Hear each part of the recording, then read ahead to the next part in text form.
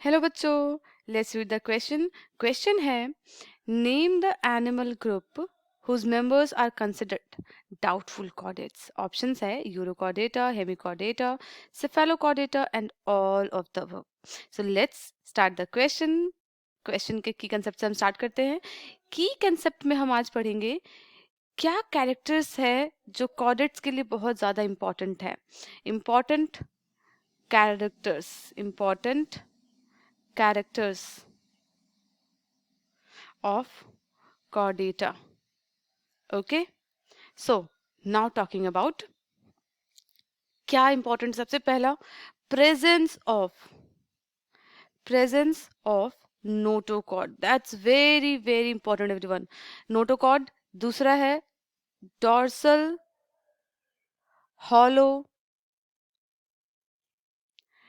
nerve cord.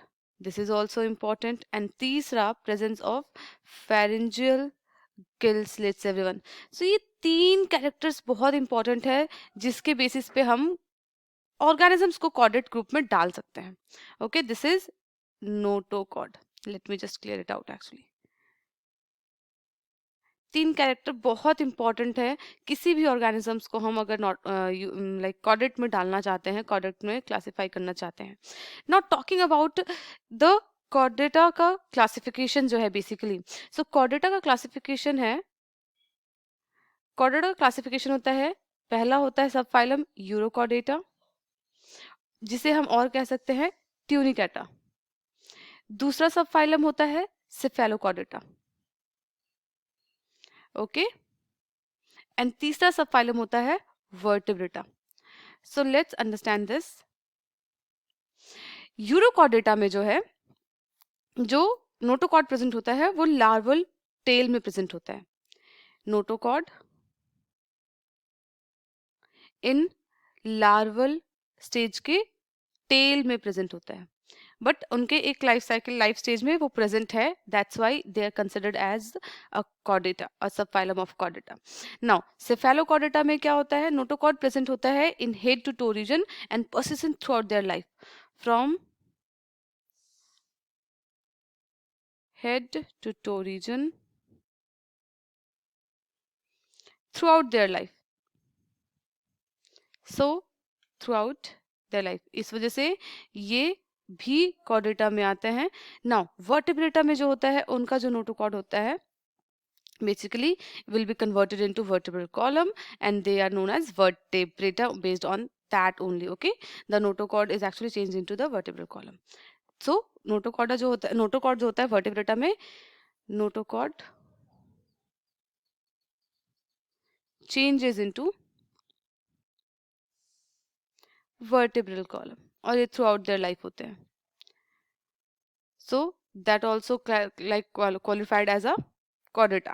Talking about the fourth option, that is given here as hemichordata. So basically hemichordata क्या होते हैं? Let's start with them.